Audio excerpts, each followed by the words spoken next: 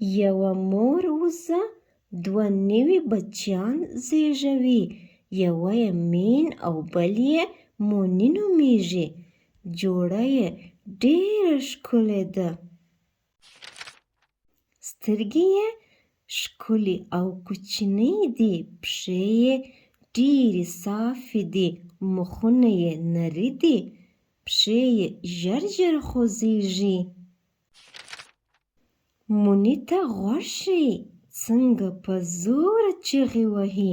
هغه خپلې مور ته غږ کوي چې راشي او د هغې تر څنګ وي.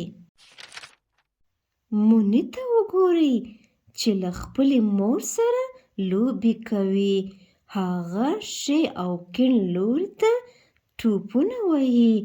هغه ټوپونه وهي او خوشحالۍ کوي. مور وزه چیغې وهي. کله چې ماشومان لرې منډه کړي هغه غواړي ووایي له خپلو ملګرو سره لوبې وکړي. نوي ماشومان مست دي. ټوله ورځ شاوخوا مستي کوي.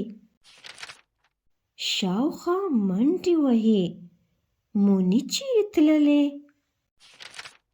اوس مین او مونی دوی لوبې کوي. وګورئ چې څنګه سره لوبې کوي. هغوی چمن او بوټي خوري. بیا کور ته راستنېږي. او نه مونی زما جامې مه خوره. ته به ډېر ژر زده کړې خو پر هغوی نه. راځه چې اوس ژر کور ته لاړ شو. هغه هم له خپلو نوو وزو ملګرو سره. خوښي د مونی او مین لپاره.